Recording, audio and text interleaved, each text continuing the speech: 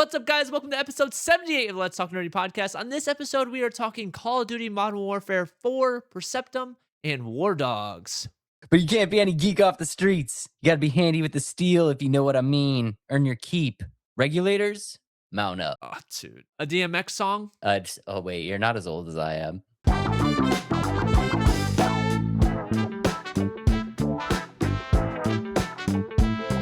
You had two options. This was either from the Young Guns movie from 1988 or from Warren G. and Nate Dogg's 1994 Regulators.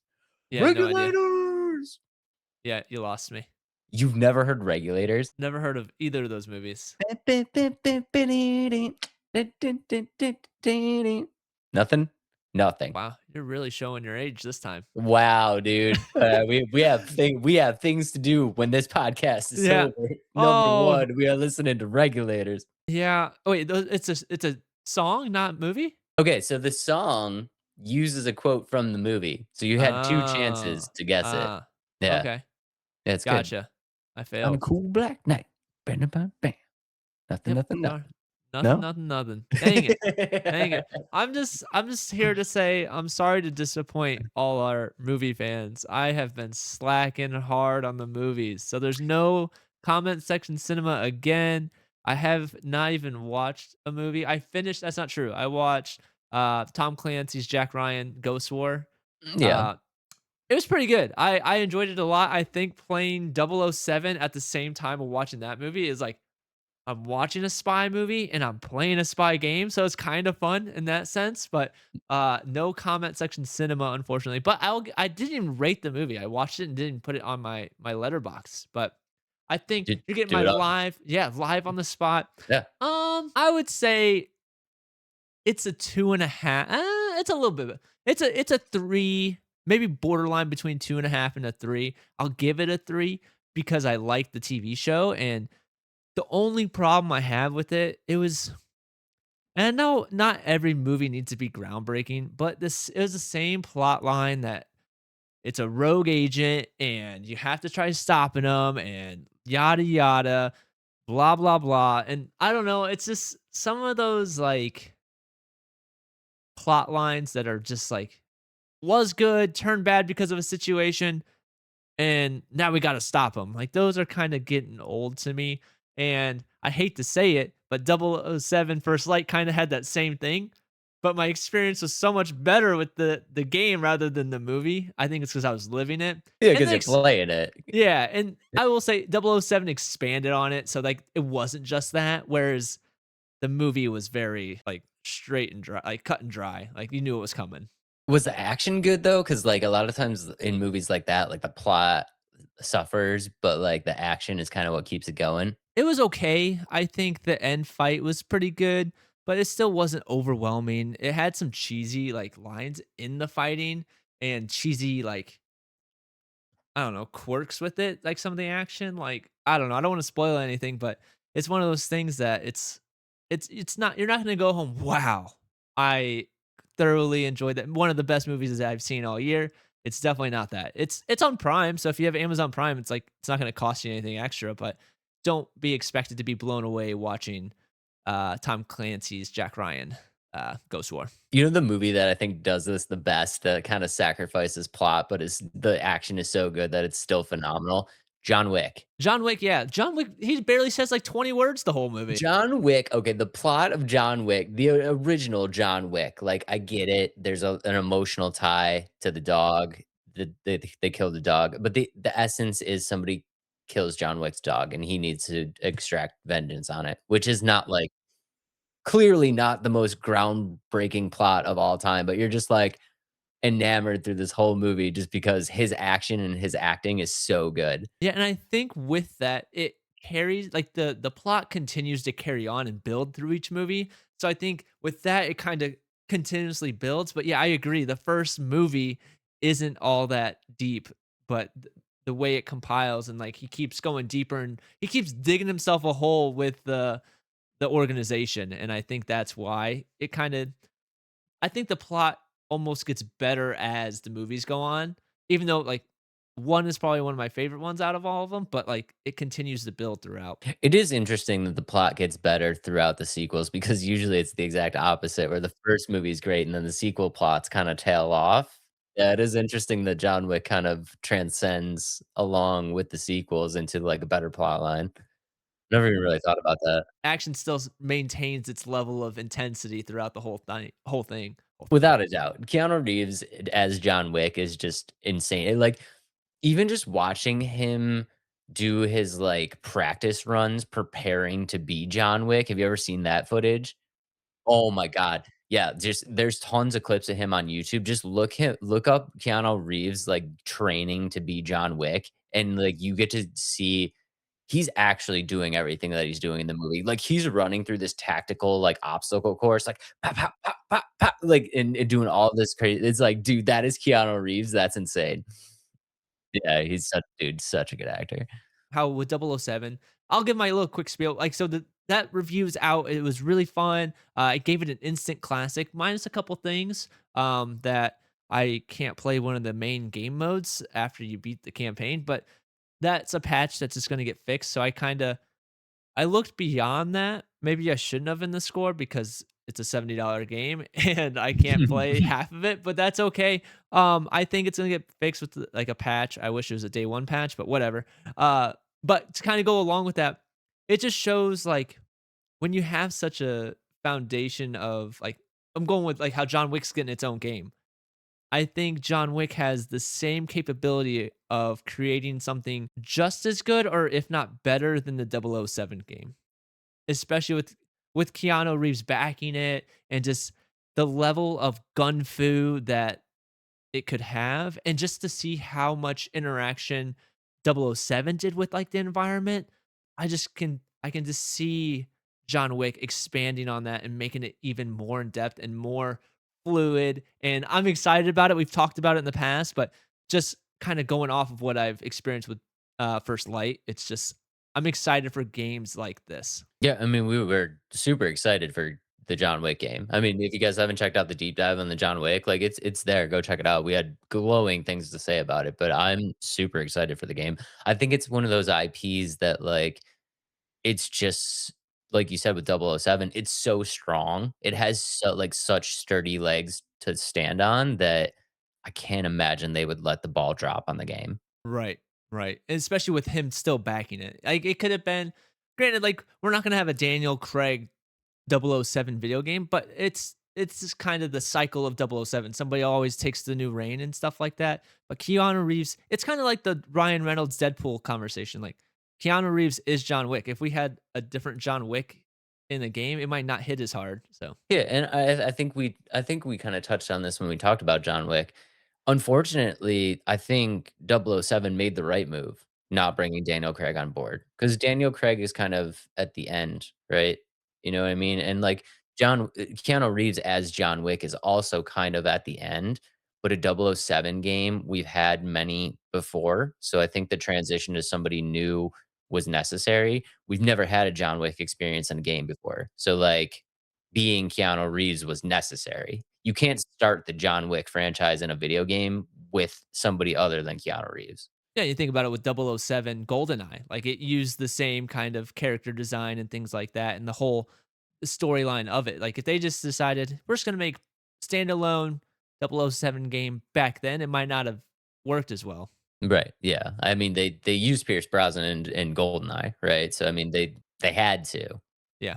You know what I mean? It just would have been weird if they didn't. Yeah, and it was a game that was super well received, and people still talk about that game as one of the best first person shooters, like, ever still. Yeah, and Pierce Brosnan was still rolling as 007. You know, he did 007, he did GoldenEye, and then GoldenEye game came out, and then he continued on to do, like, The Day After Tomorrow and, all that stuff, like, I don't know, I feel like Daniel Craig is kinda just the next 007 movie should probably not have Daniel Craig. They've talked about, like, expanding it to, like, maybe an American or a female or things like that, and it's like, I don't know, it could taint the yeah, I guess the identity of what 007 is if they do something like that.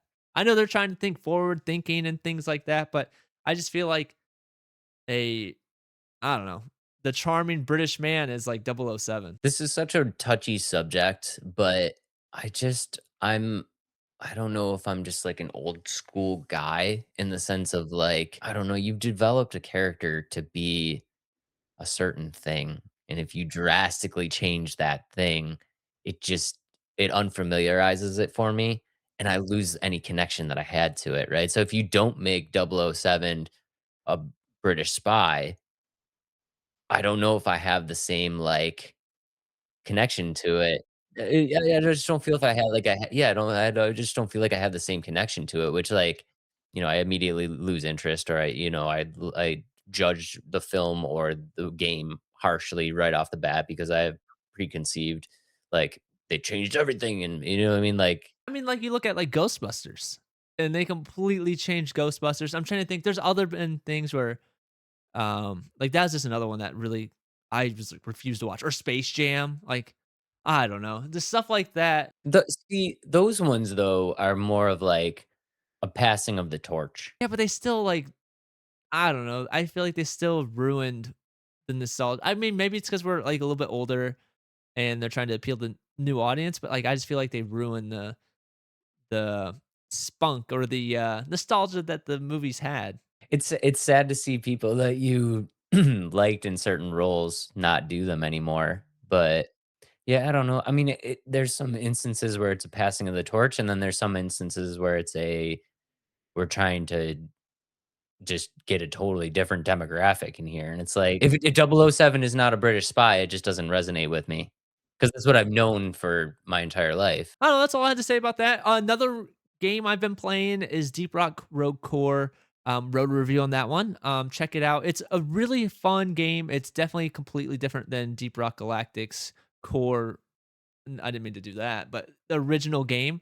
So it's more challenging. I didn't really have too much negative to say about it. I will say if like you're looking for a more chill experience like Deep Rock Galactic, then Road Core is not for you. It's pretty difficult, hard to play by yourself, but it is fun, and I've been playing a lot of it, so that's what I've been playing there. And then, Dave, I texted you about this game I've been playing. I went back and played Saints Row, I the cannot reboot. believe you did this. I cannot believe you did it. Why? Like, what went through your head where you're like, "I'm gonna give this game, like, another play?" I don't know because I only played it back in the day for maybe 5 hours. No, no, not even. I got to through the second mission. And I think I was like, "No, I can't do this."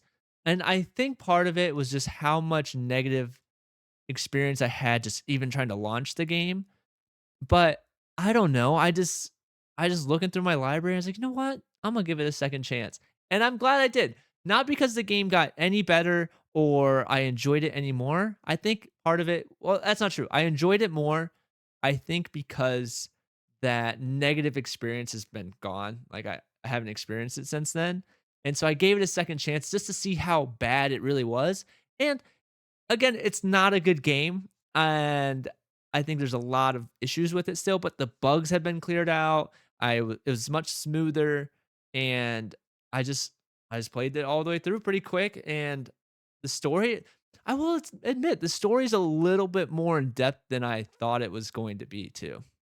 It's not told very well, but it was still pretty fun. I think that's a little bit too is just like you said, so much time has passed that like your expectations are so much lower, right? Because the game drops, it's a brand new game, it's $70. Like your expectations are all time high, right? It's been a couple years. You forgot about it. Now your expectations are real low, right? So when you load it in, if it's anything better than real low, like it looks good. It makes me want another Saints Row game, but to be done the right way. But unfortunately, I can't remember the name of the developer, but they kinda canned it and they sold the rights to it, so they might the people that bought it are thinking about bringing it back, so I hope they bring it back better and not as buggy and as, I don't know, just what they gave us. And then the thing is, like, the gunplay, like, it was like one of those mindless games that I was playing. Like, it wasn't anything that I'm like, "Wow, the gunplay is really fun." It's just, I feel like a complete awesome, like, god, not god, like, just one man wrecking crew just shooting people with no reason, and it's just fun. That's why I had fun with it. But not a great game, but still had fun. That's what Saints Row is supposed to be, though. You know what I mean? It's supposed to be kind of over the top like that. So, I mean, that's the experience that you wanted. So, it took a couple years to get it, but you got it. Yeah, and you know what that means? What? I have to go back to another game that I put on the chopping block. Gotham Knights, I'm gonna put on my No handheld here. way. You're gonna Yeah. go back and play another try to play another playthrough of Gotham Yep, Knights? I Good am, luck, so bro. but alright, but what have you been playing? Dude, I've been crushing Lego Batman. Oh, But okay. okay, but real quick before we move on, I do just wanna say, Adam has put in an incredible amount of time, doing all the reviews. We have so many reviews live right now. If you guys have not checked out all of the reviews, please go over there and check them out and show a little love on them if you can, because Adam has put in an incredible amount of time getting these reviews out, and they are really, really good. I'd like it's honestly, bro, they are really, really good. I appreciate that. I'm just having fun playing games, and so I'm like, that's where I'm at right now. That's why a lot of these reviews are coming out. It's not because, and I think you can see that in the scores too, because if it's a game I'm just reviewing just to review, like I don't think the scores would be as high. With these games, like these are games I want to play, and I truly stand by the scores I'm giving them. So that's why I'm having fun with them and still making so many, is because they're games I'm enjoying. And he's played so many hours, like, honestly, he's like, "The 007 review will be out on Friday," and then literally, like, 3 hours later, texted me, and he's like, "I beat it." And I'm like, "Dang, dang, dude, you beat the whole game? Like, well, let's go." It's been fun. That's why I think another reason why the movies are sitting on the back burner is because I don't know why, but I haven't had this much fun playing video games in like a couple years. I mean, it's And good. I think it's just the level of games that are coming out, and I think having the handheld has made it a complete game changer. Because a lot of times, like I like to play games on my computer, but it's not comfortable to sit at my desk like this. And but now it's completely different. That's why I'm a console gamer, man. But even with the console though, like I literally can play any game on this thing. Like that's why I think it's been so like I can just lay in bed and play it. That yeah, see, that's your setup though, right? 'Cause when you console game, you're still console gamed at your desk. Well, I have a couch, but the thing is I'm too blind. So I need when I play the screen's like at my face because I Adam's can't. got Yeah. Adam's gonna have it, like, right up here. It's I all do. I Cyclops do. Cyclops And style. yeah, so when I play on the PlayStation at my TV, I pull up my like bar stool that's at our like kitchen counter so I can sit really close to see it. And so it's still not That's comfortable. so bad for your eyes, bro. Yeah, well, look at these eyes, man. So But yeah, anyway, you guys, please go check out all the reviews. There are so many live. They are really, really good. Adam put a ton of time into them. Please check them out. But yeah, I have been playing Lego Batman, and dude, I've got to say, I am not disappointed at all. I am not either. This It's so is good. the perfect game for me right now. Like literally the perfect game.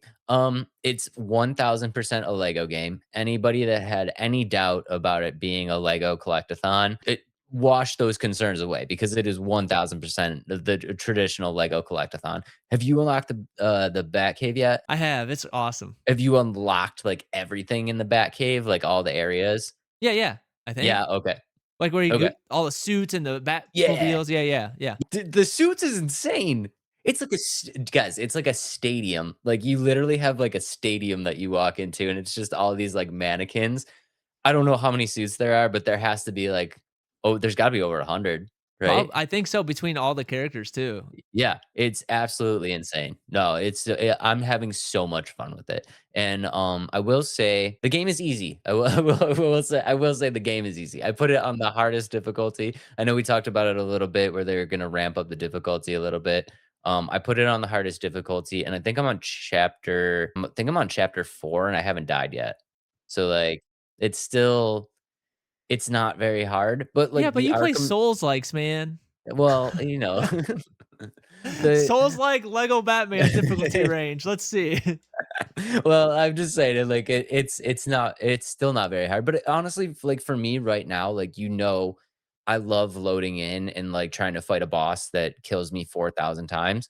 Um, I don't know, I'm kinda just having fun with a game that, like, isn't super challenging, but is still incredibly engaging.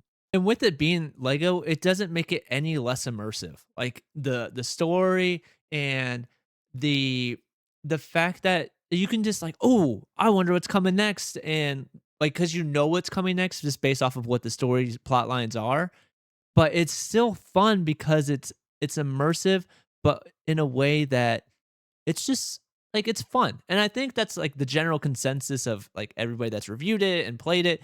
It's just a fun game, and, like, it's not trying to be anything else.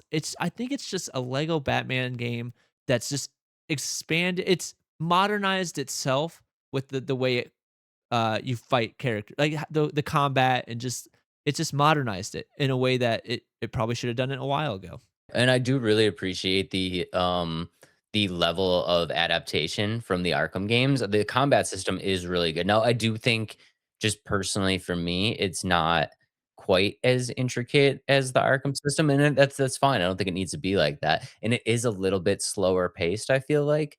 And it's a little bit more forgiving. You know what I mean? Yeah, it's definitely a little bit more forgiving. But they definitely adopted the engine, and I think they did a fantastic job at it. And honestly, like I have 0 complaints. I thought it was really cool the way that they're kinda tying the story all together too, because, um, spoiler alert if you guys don't wanna know anything about the game, but I think the way that they did it is really interesting because it's like level 1 was Batman Begins, like to a T was Batman Begins.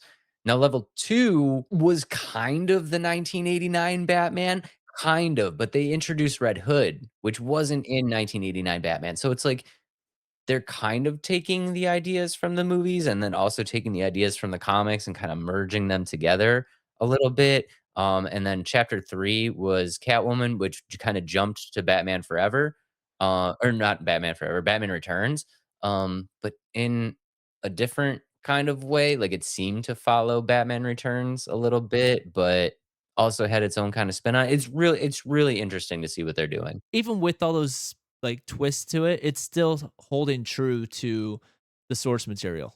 Like, yeah, they're adding, like you said, the Red Hood and kind of they're molding it to I think the way they're doing it is they're molding it all in one to have, like, a continuation of a story. Because if they were like, "It's gonna be exactly like Batman Returns, it's gonna be exactly like Batman Begins," like, it would be hard for it to flow that way. Yeah, and what I think they're doing is they're trying to take, all of these different mediums, the TV shows, the movies, the comic books, and I think they're trying to create one very conducive timeline for Batman, but trying to do it in a way where they're just really trying to honor all of the source material at one time, right? Because what they took from the 1989 Batman, that end scene of him falling in the vat, right? Like that's clearly the Jack Nicholson Joker. But the Red Hood stuff, the 1989 Batman didn't touch that. Like that's all comic book stuff. That's all comic book storyline. So like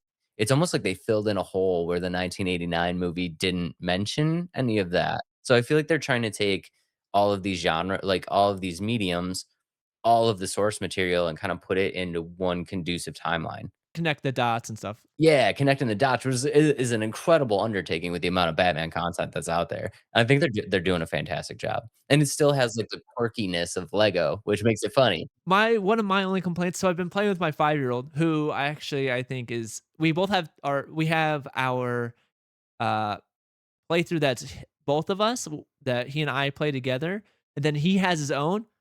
He is cruising through it, like, I am, like, shocked on how far he's gotten with, like, none of my help. I'm like, Where are you?" He's like, "Oh, I get to do this already." I'm like, "Well, shoot, now we gotta play again together, and you get to play it all again." And he's like, "Okay, that's fine." So that's been really funny to see how well he's doing playing the game, and that just shows, like, how much fun somebody could have, whether you're 5 years old or 30 years old or like, people that are, like, 70 years old playing the game. Like, it's just cool to see how you can have fun playing the game at any age.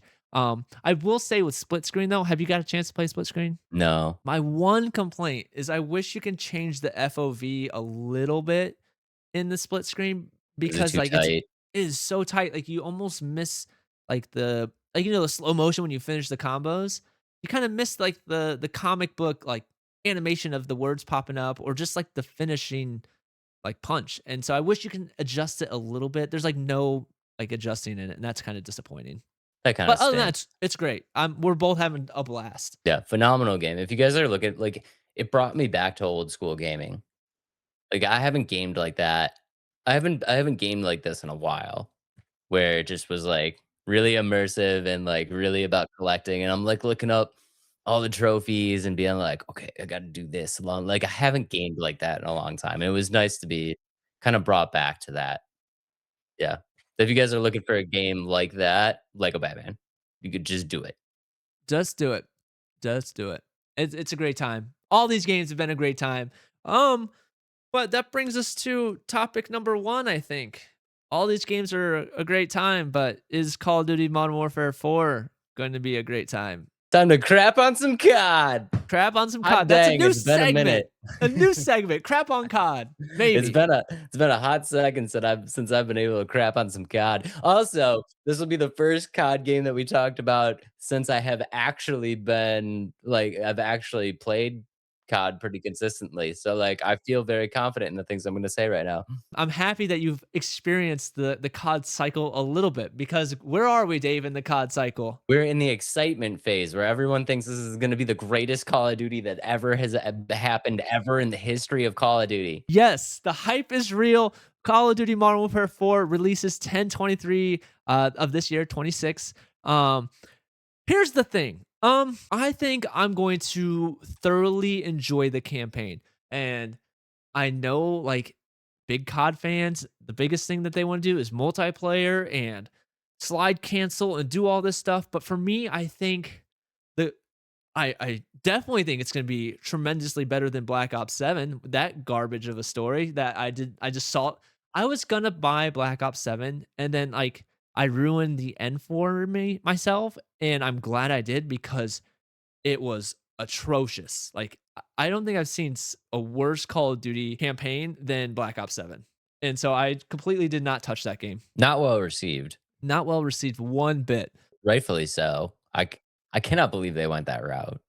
Like, I really can't. Okay, I know, like, it's Call of Duty, it's not supposed to be, like, overly realistic, especially Black Ops, like, it's supposed to have some fictional sci-fi-ness to it, but they just, like, completely threw out their, like, identity with that, and so but, yeah, we're in the excitement phase, and you can tell, like, a lot of streamers, content creators are like, "This is gonna be the best Call of Duty you've ever seen.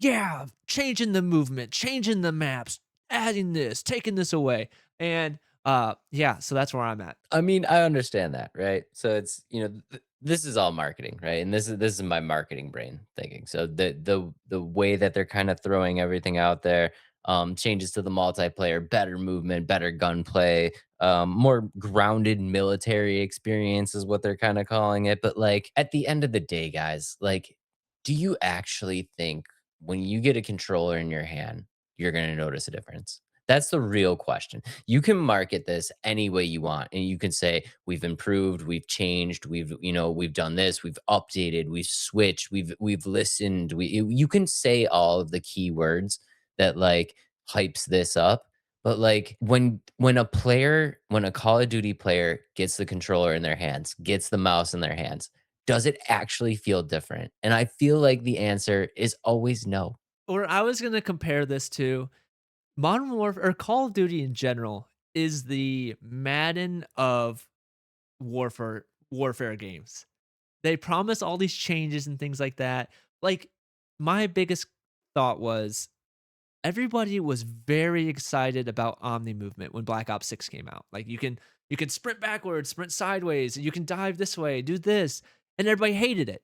And now what they're trying to say, there's going to have ballistic authority. So that's the That's the word that hype they're using. term. Yeah, that's the hype term. So That's a hype term. ballistic. Yeah. How cool does that How sound, does yeah, Dave? it sounds so cool, dude. Ballistic authority. How cool is that? Like, that's such a cool thing. But the whole thing about it is your bullets are going to travel with a more true directional. Like, so if you're hip firing, it's not going to bloom and like hip fire spread. It's going to wherever the gun is aiming, it's going to go there. And so it's rewarding precision over chance, but I don't think that's necessarily like a good thing because the people that just hip fire instead of aiming down your sights, like, I don't know. I just think they're adding these terms to make it seem cool without really feeling different. You know what I mean? And then kind of how you said, is it really going to feel different?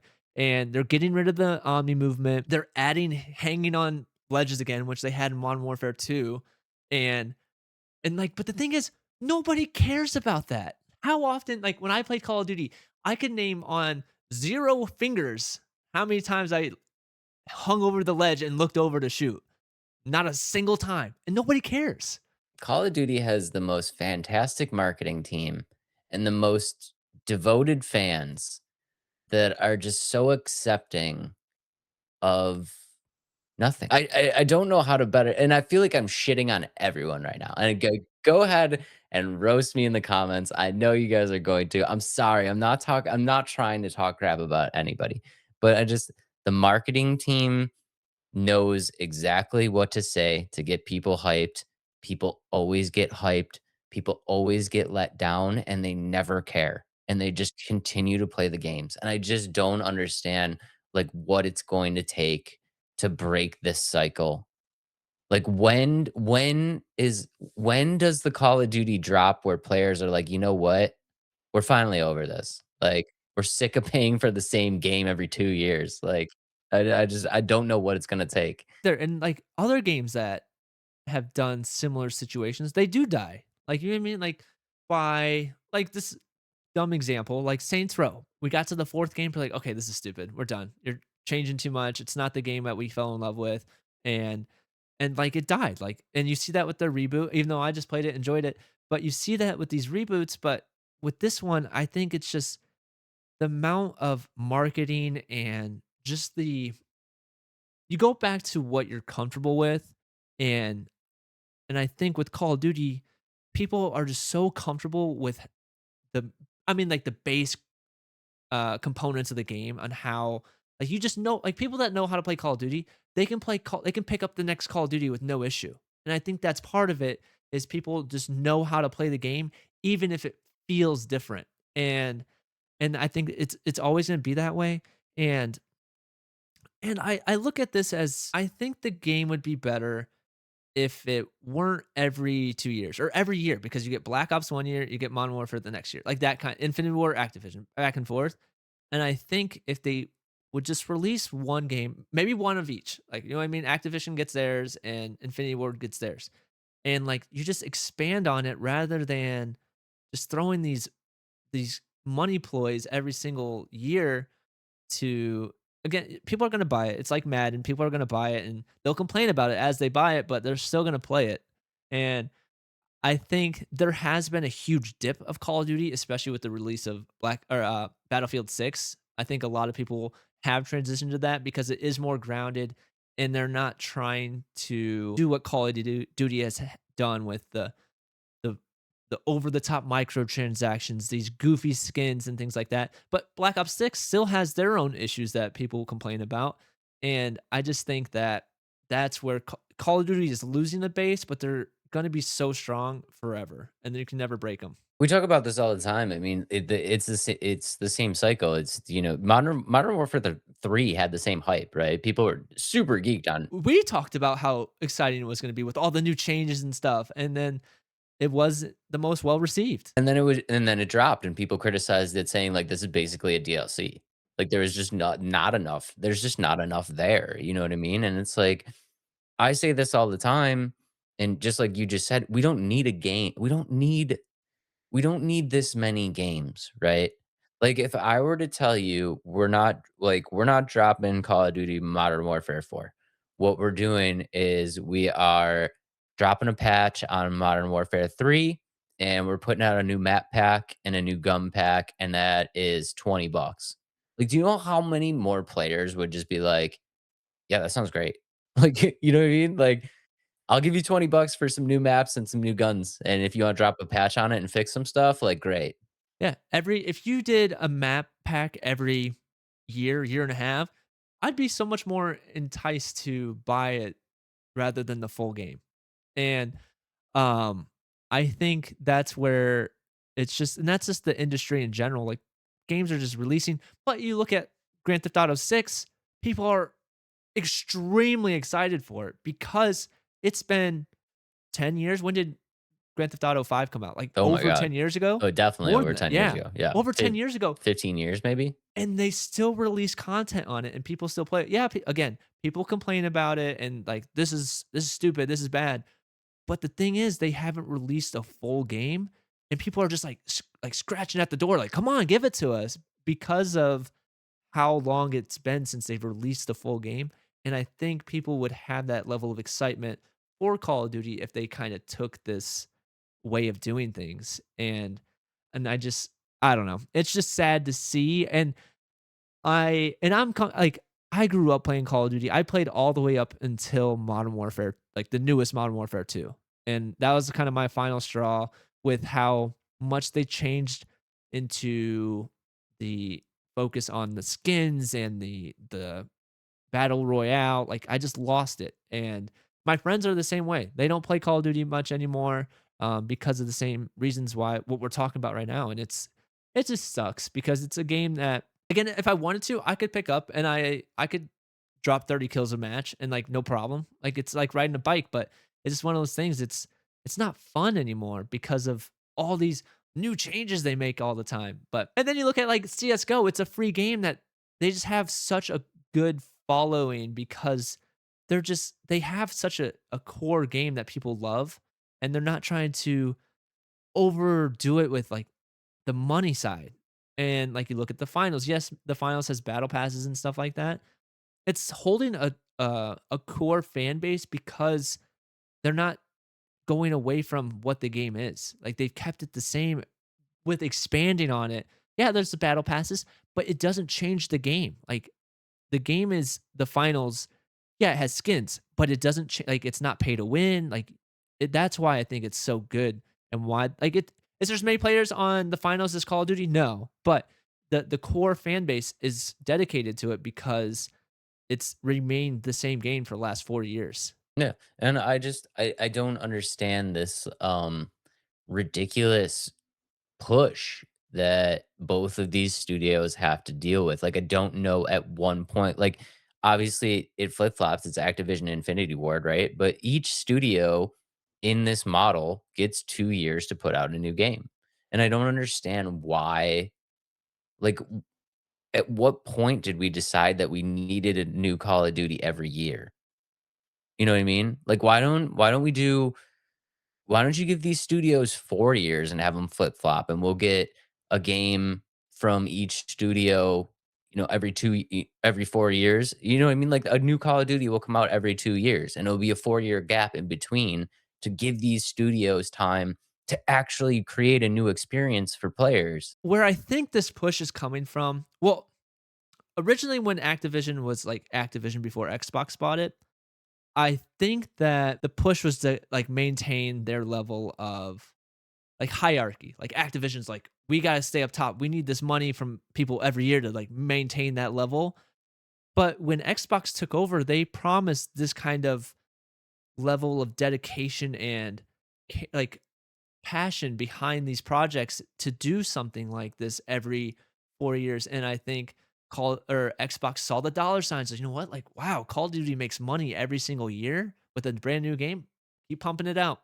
Keep pumping it out." How do I say this without pissing people off? Okay, it's this is a business. We have to understand it as gamers looking at companies, right? This is a business. They are in the business of making money. They may not necessarily be in the business of making the greatest project, but they are definitely in the business of making the most money possible. And the only way that we are ever going to get out of this cycle of hype, release, disappointment, anger, hype, release, disappointment, anger. The only way to get out of that cycle is if you guys stop buying the games. You have to stop buying the games. If you want anything to actually change, we need a Call of Duty from both, like, for 2 years. Call of Duty needs to tank. Both studios need to just get a fat 0 on their budget sheet, you know what I mean? And, like, okay, we really have to actually do something now, and as long as players keep buying it, like, it will never change. I will say, and I think there's a lot of excitement that the Switch 2 is getting Modern Warfare Oh my 4. god. I can only imagine what the performance is gonna be, the graphics are gonna be, and just looking at the trailer, the graphics, like, even in the cinematic trailer, they're not that good. They're to be honest, they're not good at all to me. Like, there's, like, you can see these funky artifacts in it and things like that. Yes, it's an early trailer, but it's not that early because the game's coming out in October. So, I think the story is enticing enough for me on that side of things, but I just don't see like it's nothing like graphically it's nothing special. The game is not going to be anything special except for like I like stories in the campaigns. And so that's why I probably won't buy it right away, but I'm excited in that sense. And this is part of it is they unfortunately they know that 90% of the player base doesn't care about the campaign, Mhm. right? So it makes sense that they don't put a lot of time into rendering the best looking experience for their story mode, knowing that 90% of the players aren't going to touch it anyway, Right. right? So it's like I don't know, man.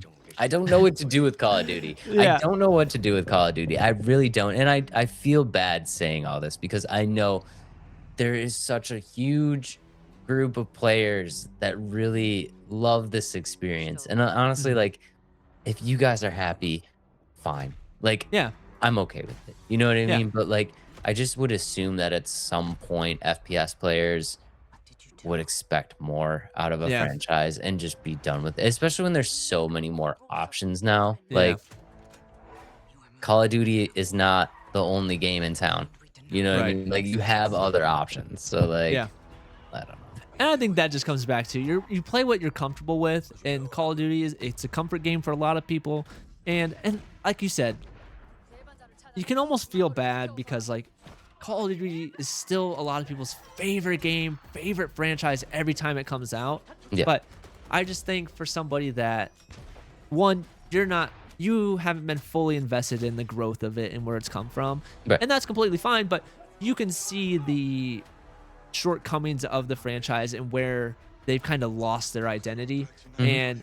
And then for somebody that's grown up with it, like and I know like people are like, you're just old living in the past, you millennial. Like, get over it. Like, Yeah, move for on. sure. Modern For Warfare sure. 2 from your high school days is gone. Like, get over it. For sure. And maybe I should. And maybe I should quit crapping on where the franchise is because um I just I don't play them anymore, but I want to have that same kind of feel, but I just get so caught up in this. It's for the money and not so much for the experience. Like, that's part of it for me too. It's like, like I had my cycle with Call of Duty. Like I jumped in, I played it, I got my feet wet, I got interested in it, and I'll be honest, like I had fun, like loading up matches and playing with people and stuff, and I had a good time. But this is all like part of the stop killing games movement, right? It's like if we just keep letting all of this stuff slide, like at what point do we as gamers just kind of like lose all control over like, it's not like we had a ton of control to start with, but, like, at what point do we just lose any control over the industry that we had? And it's just they just go. They just do whatever. This is the game, if you want it, like, get it, like, oh, yeah, also, you're just renting the game, you don't actually own it, we can shut it down on you whenever we want, also, you can't use footage of it, like, do you see the Subnautica? The user agreement for Subnautica. Uh-uh. Oh my god, the user agreement for Subnautica is insane. The things that you agree to, like, you agree to don't quote me on all this because this is all very important, but, when you buy Subnautica, you are signing a user agreement that says that you will not badmouth the game. You can't do negative reviews on it. You can't use game footage. Like you can't when you if you stream it, like you have to say that it's in your like stream title, you have to say that you're not like affiliated with Subnautica. They can get rid of the game on you from any time. Like it's a big deal, guys. Like our rights as gamers are really going away. Like they are really going away. And like I don't know, if we just keep feeding the beast and just, like, accepting just this mediocrity, it's like they're just gonna keep stepping on us more and more and more, and I didn't know that. it ruins I it's ruining gaming, man, it's ruining gaming. it's funny, I had no idea about Subnautica, to be honest, Yeah. but I don't know. We could talk about this all night, but the I think the main point here is it's just hard to watch the level of not crap, the level of just disconnect that these developers have. And you look at the marketing side, they claim that they have this like we do this for the players, but they don't. And that's hard to see that. And that's why you see indie games doing so well right now because they do care about their players. And you can see that again, like the game we talked about this last game or last episode, Far Far West that I've been playing, 1 million copies sold. 1 million. And I read their devlog, they expected maybe 100,000. They're up to 1 million people playing this game and actively playing it, and they're releasing good content and they're listening to the feedback. And I just think that Call of Duty and let's say Madden and Battlefield 2K, like all these game franchises that are these AAA studios, they just care about their bottom line and it just sucks. The number one thing is just, like, both of these studios, it's like, "Guys, we know you're all about the money," right? Like, in your company, you need to be all about the money. But if you just take just one time, really put in effort to make sure that the players are happy and getting things that they want, you're gonna see so much more return on that, right? Because you have a base of players that will consistently buy Call of Duty, but you also have a base of players that have been Call of Duty players and they're done with it, right? If you just put out one good experience, you could bring all those people back into the funnel. You know what I mean? And then your sales go through the roof, right? It's like Here's the other problem, just thinking about this as you're saying this. The problem is with that though, like yes, they could do this, but it's never going to make everybody happy because of how much up and down and up and changes they've had. So it's almost like they've kind of dug themselves this hole so much that they're not going to be able to reel in that old fan base because or they'll be able to reel them back in but push other people out. And I just think that's the fault that releasing Call of Duties and changing so much every year has caused. they should work on this franchise together. Modern Warfare is typically like, and correct me if I'm wrong, my general consensus is that Modern Warfare fans typically appreciate the multiplayer more, and in Black Ops, fans typically appreciate the story more. Activision is better with the story.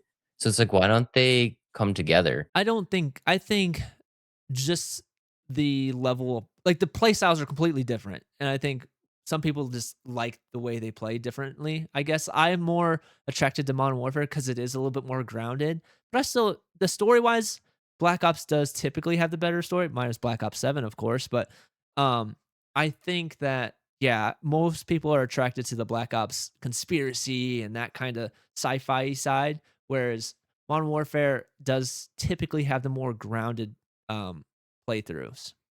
So, but I just think even if, let's say they did split or like they continue to be split, even the changes within themselves is always too much. And I think that's where it'd be hard to bring like that's another like problem that Call of Duty has and Activision Infinity Ward is they've lost everybody. And they have people that are fans of one way of doing things and fans of the other way of doing things. So they'll never be able to fix their issues because there's just so much divide on what people like in these games. A lot of people like the slide canceling. Other people think you can't slide cancel in real life. Like that's the kind of stuff that the divide is, and I think that's why it's going to be hard to reel them back in. But some changes that they're making, they are bringing back some like key components of like the perks. They're going back to the 3 perk system with no like earning them. Like you get those 3 perks as you play. Um, they're bringing back the gunsmith from I think maybe it was Modern Warfare 2. I didn't play Modern Warfare 3 all that much. Um, but with that, so people didn't like it because it was too complicated. Well, they're adding something called Gunny, which is going to assist. it's like an assistant that helps you build the right build with the attachments that you have unlocked. So, like, if you want a short range or mid range or long range, like, you just like, all right, Gunny, like, do this for me. And it like, so it's like almost like an AI thing, but I guess, but I don't know. And then to attract people to the prestige, because every time you level up your gun, you can or your character or your profile, you can prestige. But now some people hate doing the classic prestige. So they're gonna have two tracks of prestiges. So they're trying these ways to bring back people that are fans of doing it one way versus the other. And then same thing with like the movement. They're going to have two different ways of playing. But like the way I look at that is like, how are you going to do this? Because there's going to be the tactical way of doing it, and then there's the fast and fluid, like the slide canceling, things like that. So I don't know. Are they bringing back DMZ? Oh yeah, that's another huge thing. They're bringing back a failed mode. Like, Yeah, but okay, do you think this is just 100% they think they can bring it back because of the success of our graders? I think they're bringing that because of our graders, the way, and I think they're bringing the large scale maps because of Battlefield. It's what we always say this: you're throwing stuff, you're squeezing the orange just to see what comes out, and trying we're throwing stuff at the wall to see what sticks. I think they saw the success of our graders and was like, Yep. we should bring back TMZ. Yeah. It's gonna Yeah. totally hit this time. Totally hit this Gonna time. totally, there's no way it flops 2 times. Yeah, we can't let this happen again. And to be honest, I had a little fun with DMZ, but not that much fun. Like, Yeah. not that much fun to bring it back. Like, I I was not mean, sad that it was gone. I don't understand what they think that you're not pulling players from our graders to play COD DMZ. Like, it's not happening. So, like, I don't know what the thought process is there. And the modes of Call of Duty, like, I think it's pretty set in stone. You have the normal multiplayer and battle royale and the resurgence battle royale. Those are the 3 modes that people care about. I don't think you're gonna reel people into DMZ with arc raiders, and then the large scale maps like, which I had fun with those large scale maps, but it's not gonna steal away from Battlefield. Like, so I don't know. I just think that's another thing Call of Duty's doing. They're trying to capitalize on success of other franchises and trying to make it their own spin on things, but it never, like, it just doesn't work.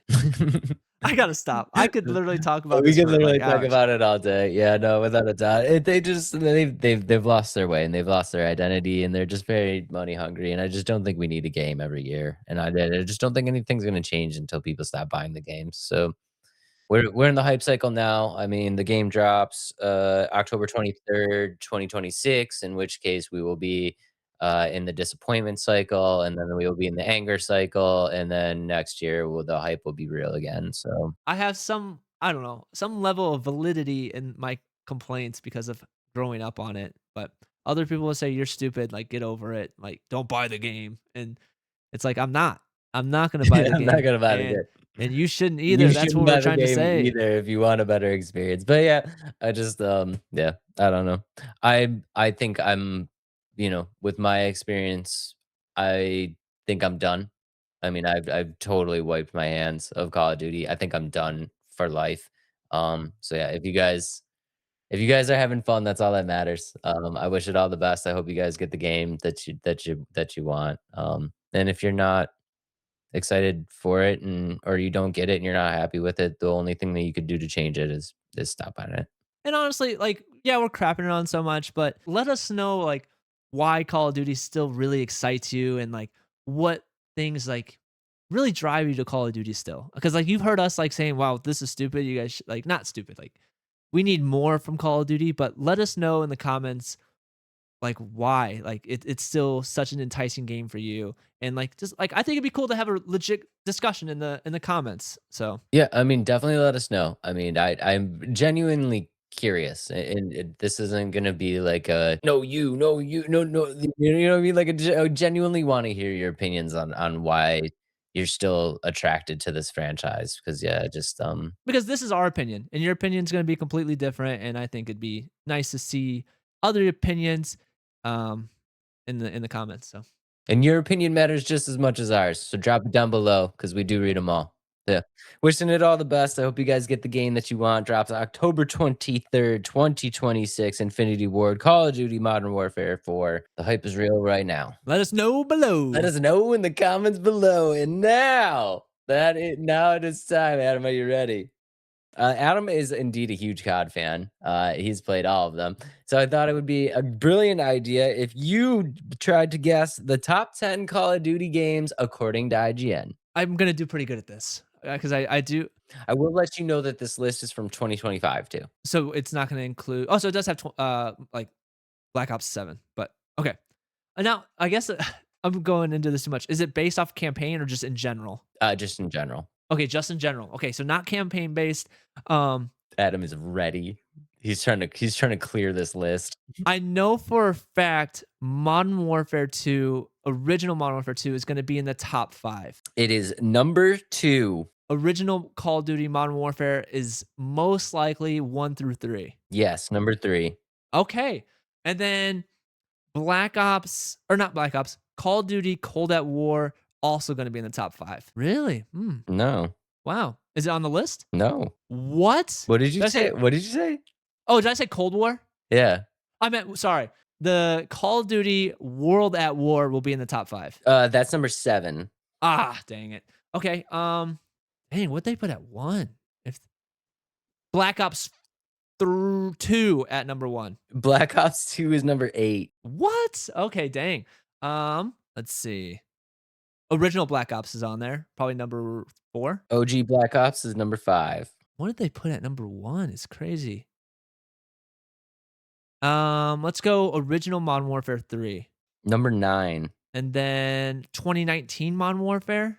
Oh, that's number 3. 2019 is number 3. 2019 is number 3. Yeah. Okay. Okay, so the COD 4 Modern Warfare is number 1. Oh, okay. Okay. I was confused. All right, you did get the number 1. I was confused. I got the number 1. Okay, I was confused. You got the number 1. Yeah, you're good. Cool. And then let's see. How many do I have? You got 1, 2, 3. 3. Yeah, you killed it. That's all I have left? Oh, I have 3 left. Yeah, you have 3 left. Let's go. You did say 1, but I don't know if you. Cold War? They have Black Ops Cold War on here. Yeah, that's Cold War. Okay, yeah, that's number Black 10. Ops Cold War. Okay. Oh, really? Yeah, that's number 10. That would not be on my list, but whatever. It's okay. It was good, but not like top 10, I don't think. Okay, so you only have 2. Let's go Black Ops 3. I already said that. Original Black Ops. Let's go Black Ops 2. I'm kind of lost here. Let's go. They didn't put the newest Modern Warfare 3 on it, did they? No. Did they put the Battle Royale, like Call of Duty? Okay, good. No. Okay, I was gonna say if they put that on here. I'll give you a hint if you want. Yeah, let's have a hint. I think they went with a little nostalgic love. Oh, like early Call of Duty 2 or 3? 2? 2. The original Call of Duty 2. Just OG Call of Duty 2 is that 4. And then, okay, and then another one, probably. Call of Duty, like the original Call of Duty? The one that started it all. Just Call of Duty. Original Call of Duty. Number 6. Yeah. Let's see what we got. Number 1, we got COD 4 Modern Warfare. Number I agree. 2, Modern Warfare 2. Yep. Number 3, Modern Warfare 2019. 4, Call of Duty 2. At 5, we have the OG Black Ops. At 6, we have the OG Call of Duty. Number 7 is World at War. Number 8 is Black Ops 2. Number 9 is Modern Warfare 3. And 10 is Black Ops Cold War. I think that they could have put one of the Black Ops higher. I really loved Modern Warfare 2019, but I think one of the earlier Black Ops would have been better. I'm glad that they didn't put Ghost was good. Advanced Warfare I did not like, and there was Infinite Warfare. Those 3 I'm glad they did not make the list. But yeah, that's where I'm at. Adam is actually happy with the IGN list. Kind of. Okay. Kind of. Yeah. IGN, you didn't suck that bad this time. I would have twisted a couple around, but for the most part, it's not bad. I genuinely accept the number 1 and number 2. Number 3 could have been a little different. IGN, you done worse. Whoop, whoop. We've covered it. Yep. Believe us. Believe us. Let us know in the comments below if you agree with that list. Did you get all 10 of them?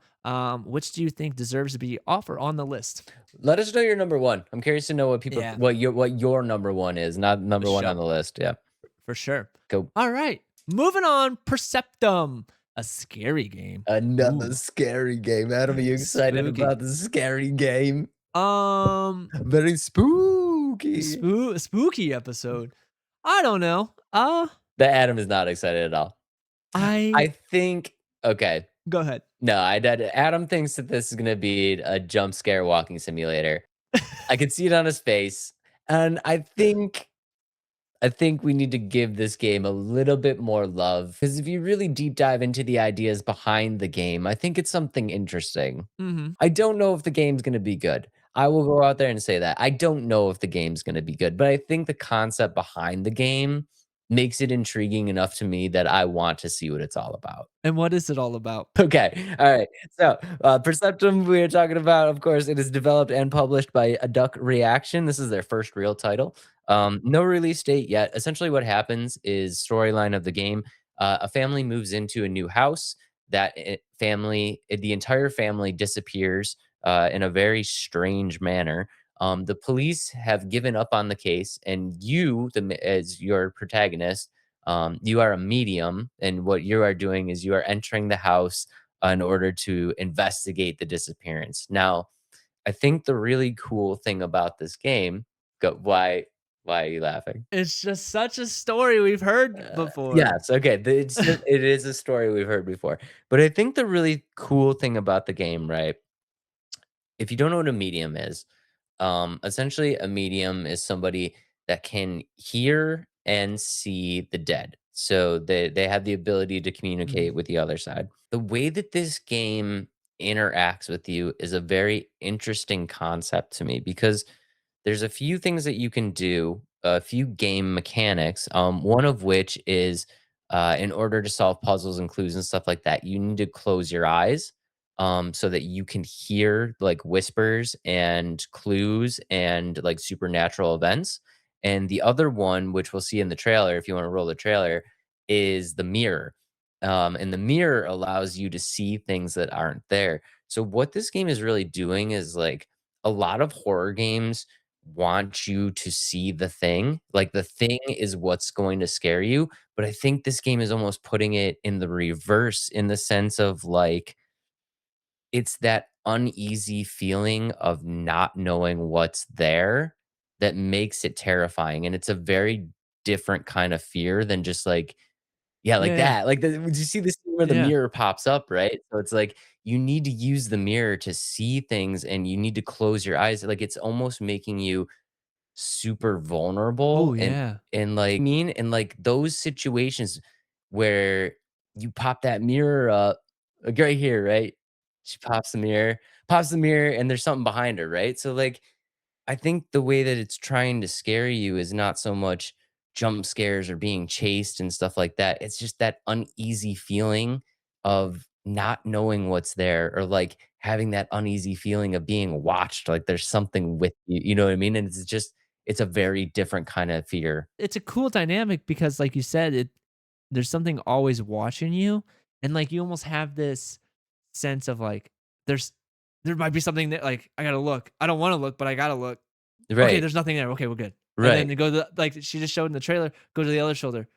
Okay, there's something there. Like, that's kinda cool. Okay. Yeah. I'm a little bit more enticed a little bit because I didn't really quite understand the mirror, but the way you're describing it is really neat. Yeah, and the way that they're kinda doing it is, like, the way that you progress through the game, you force yourself to almost scare yourself, right?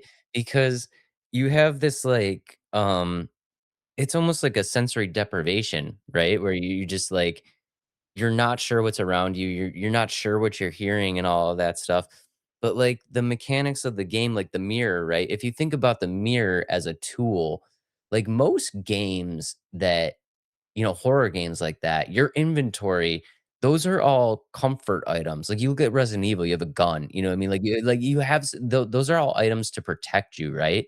Like the item in this game that you need to progress is the source of fear because you're definitely going to look in that mirror and see some stuff you don't want to see, but you need to see it to move on to progress the story. So it's like it's almost taking a very interesting approach in that the comfort items that you're used to in numerous horror games now become a source of the fear and you're afraid to use them, but you have to use them to move on.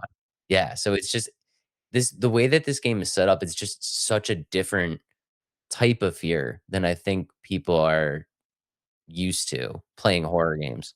I would agree. And, like, just, like, thinking about, like, Outlast, even like, that one, I would say is probably the closest thing to bringing that fear to life because sometimes you have to use the camera to see like your fears, but again it's still a comfort item because you can use that to navigate and avoid those fears. Yeah. Where as in this game, you can't avoid your like you said, you can't avoid the fears, and I think that's really cool because there's nothing. I don't think there's anything like it aside from like I think the closest thing is probably Outlast, where you're using the video camera to like look at the fears, but to avoid them still, like and as soon as you can't once the batteries die, you're pretty screwed. You can't see anything around you. So I think that is it's definitely a unique spin on like you're forced to look at the fear. That's cool. That's really neat. And, like, Madison, like, honestly, the game that kinda did this for me that really gave me a little bit of a taste of this, I don't think it went as in-depth as this game is doing, but, like, a little bit, was Madison with the camera, right?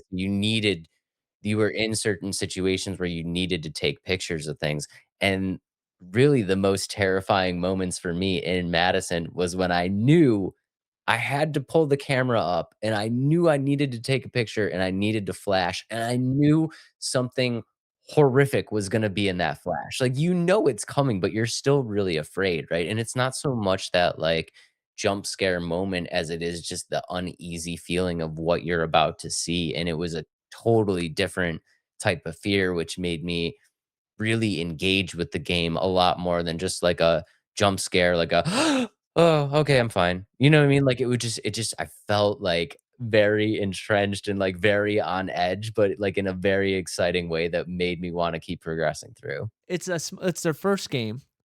And I don't think in this the way they're doing it, it's not like an ambitious way of doing things too. It's just a completely new approach to how to experience the fear of like a horror game. And they did adopt a little bit of PT in the sense of, like, I feel like what they're doing and what we've seen in the trailer and what what I've seen from, like, interviews with devs and stuff like that, they're treating the house itself as like a monster, right? So if you think of games like Outlast or, anything like that, you have you have a thing that you are afraid of and you can fight it, you can avoid it, you can run away from it, right? Like but in those games you always feel like you get to a point where it's like, okay, the chase is over. I can breathe, right? Like, I call them safe points. Your safe spaces, right? You can get to your safe spaces in these horror games. In this house, because the house is ever changing and the house is like playing tricks with you, and the house itself is really kind of like the monster. There's no safe spot. Like you don't have a spot to like get away from it. You know what I mean? So it's like it carries that tension even further. As long as you're in the house, you're not safe. So I don't know. I think the way that it's kind of like I feel like it's engaging a different type of fear than players are used to. Yeah, very, very cool.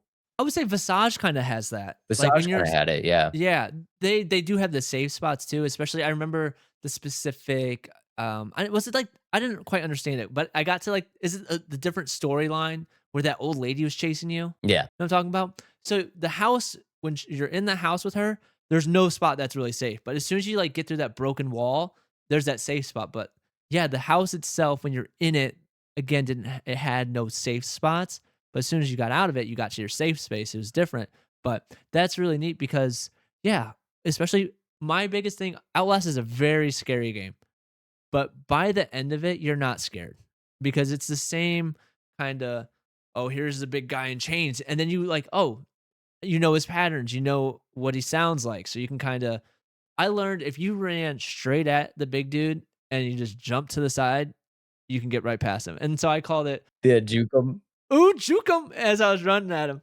So, that's why, like, it just lost its scare for me. So, by the time, like, the big ghost thing was chasing me, like, I wasn't scared because it lost it because it was the same consistency. But with this game, I think it's going to compile and be forever changing and different experiences every turn and every moment you find something new in the game, it's gonna compile and be different each time. I know there's a little skepticism because it is a smaller indie studio, um, and it is their first game, but just looking at everything that I've seen, like, it looks really well done, like, graphically, it looks very appealing, like, it looks like they really nailed the ambiance, like, it looks like it just looks like they did a great job, and they have, like, a really interesting concept that I think if you're a fan of the horror franchise at all, this is probably a game that's worth at least checking out. It might not be your favorite game, and I'll be honest, I don't know, like, I can't really just, like, put my stamp of approval on it and be like, "This is gonna be amazing." I don't know, but I think the concept itself is worthy of checking out. With a game like this, they can only showcase so much of the gameplay without, because you want to be surprised when you play a game like this. And I think if they just start showing a bunch of gameplay trailers, it's gonna lose some of that. It's gonna lose the unpredictability and the surprise factor of it. If they start just showing a bunch of the gameplay mechanics and really how it's gonna work. Yeah, and especially because it's like we talked about, it's not a game where you're being chased by a monster. You know what I mean? Like if it was like that, you could show clips of the like but like it's a game where like we said, there's going to be things that you're going to see that are terrifying and like shouldn't be there. So they don't want to give away those Mhm. moments, you know what I mean? But I think they did a good enough job in the trailer to give a sense of that tension that you're going to feel when you're playing. Like I'm not gonna lie, the first time I looked at that trailer, every single time the mirror popped up, like, Yeah. I was waiting for something terrible to be in that mirror, and, like, Yeah. sometimes there was nothing there,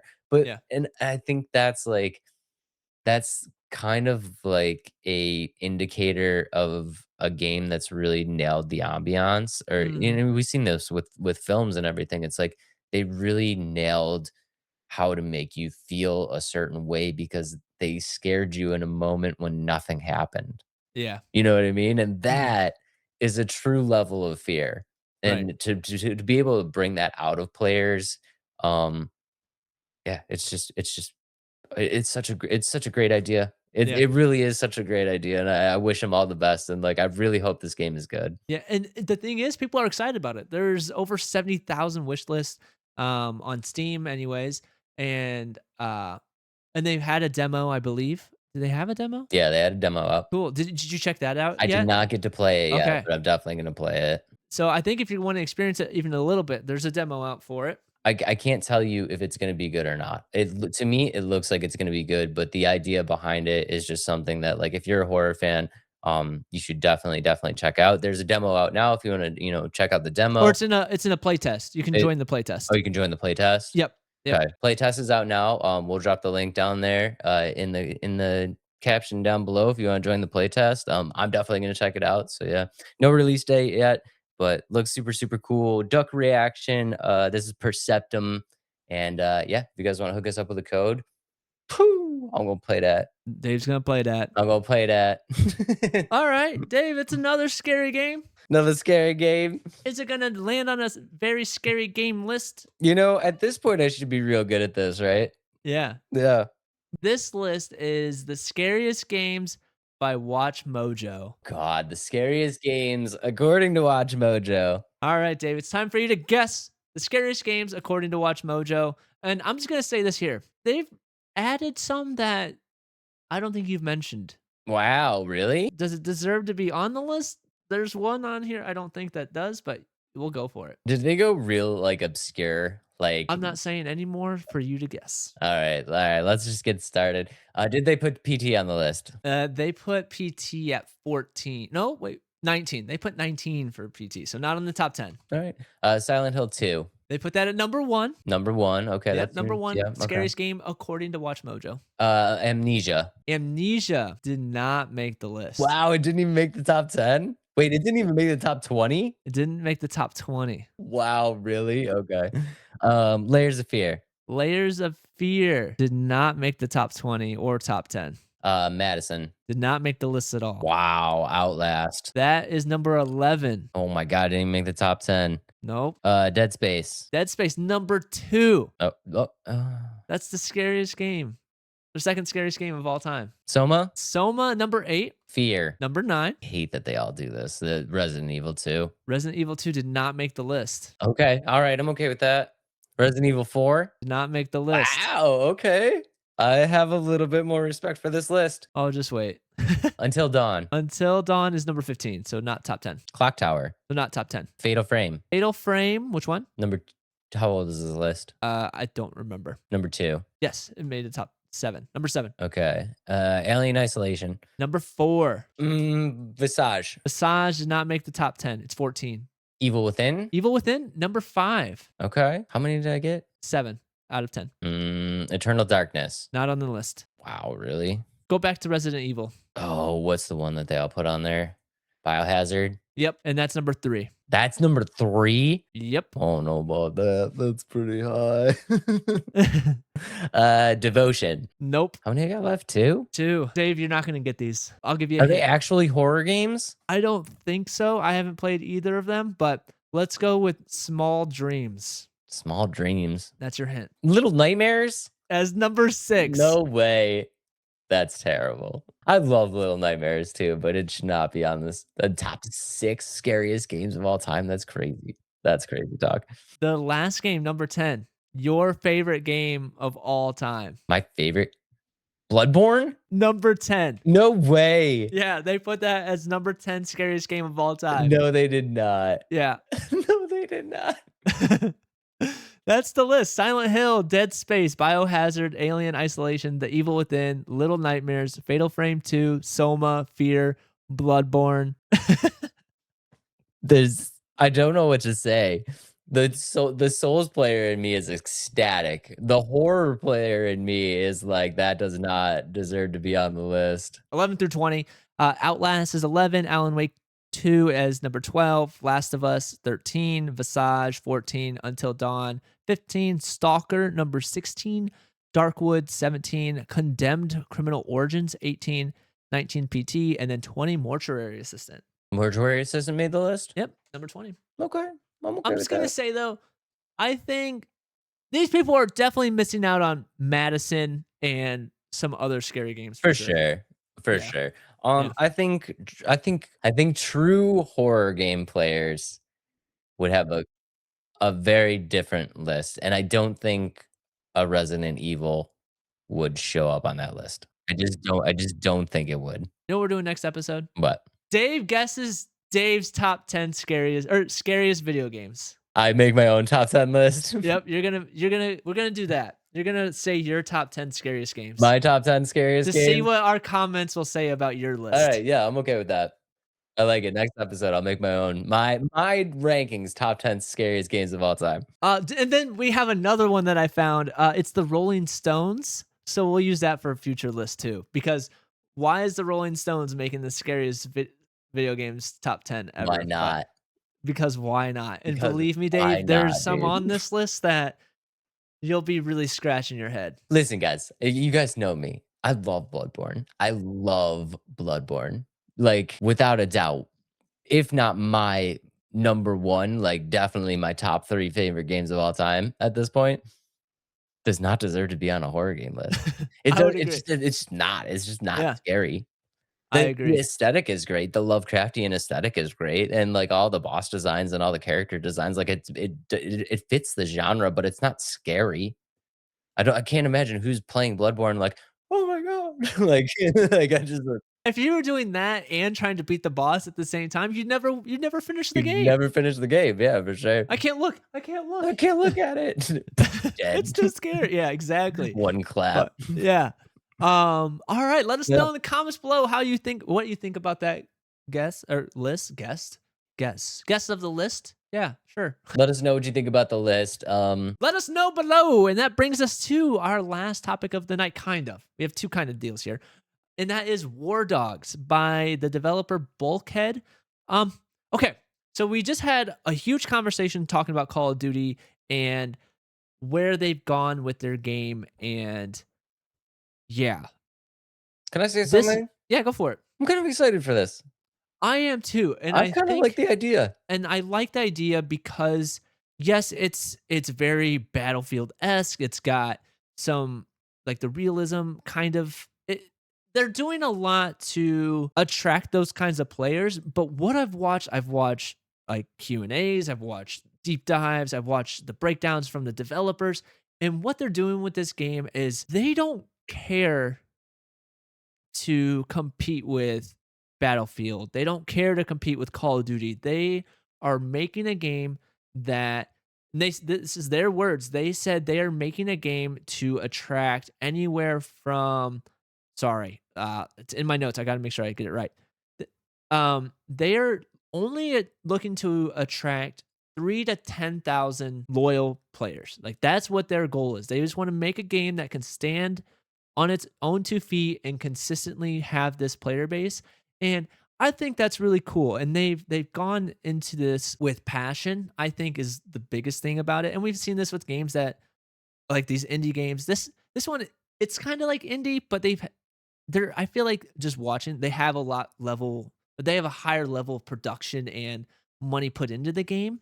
So I think it's not like super indie, but I think they're in that realm of like they they don't have the backing of like a AAA title, obviously, but I don't know. It looks really good. Correct me if I'm wrong, but the way that I've seen this is 100 players split into 3 different teams. Yep. Okay.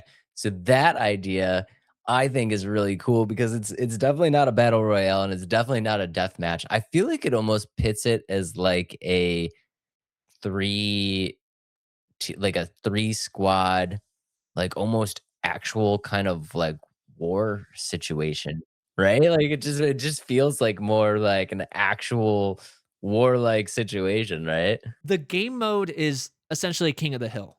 There's a control point that all 3 teams are trying to converge on, and like you said, there's 100 players across 3 different teams, and then so one of the questions a lot of people ask is like, 100 players across 3 different teams, the math isn't mathing because Yeah. if one team's always gonna have One team yeah. gets 34. But so the way they describe this and why this works is because it's up to 100 players. And with the length of these matches and just the way it's going to play out, people are going to leave, come back, you know what I mean, drop in, drop out of gameplay.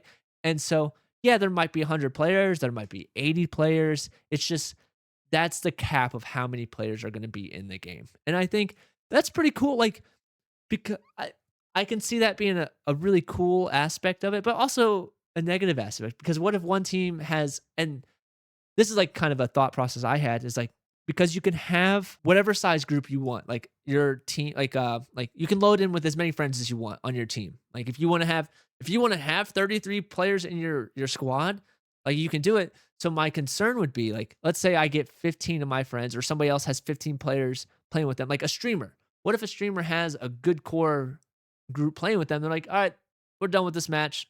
Let's bounce. And then what's that do to the game? That's where I would have a big concern. Not to say that's going to happen very often, but like what if it does? And I think that's a big concern I would have. I feel like it's gonna have bot drops though, right? Like if multiple player no bot drop? I don't not from what I've kind of gathered. It doesn't seem like they're going to have bot drops. That's very interesting. That's like kind of one of the thought process I have is like, yeah, it's cool that you can drop in, drop out and have these big squads, but like one squad, they're like, all right, guys, like this, we're getting leveled. Like this sucks. I quit. And like, let's say they have a group of 10 and I'm on that team with the other 23 players and we're having fun. And then all of a sudden that whole group drops out and now we have no chance to win the match. But I will say they kind of talked about that a little bit. The game it's about winning, but it's so much more on how you contribute to the team and like your performance in that sense. Like that's how you earn money. And so I mean, the winning's not everything, but it's more so like how you are helping the team and how well you're performing and things like that. So I guess that's one way like winning doesn't matter, but at the same time, like a lot of people, it does matter. I think the interesting decision to me is the idea of 3 teams. Yeah. Because it's cool in the sense of like you have 3 strategic areas, right? But I feel like the main concern is going to be I feel like you're going to run into situations a lot where 2 teams gang up on one team Right. and annihilate.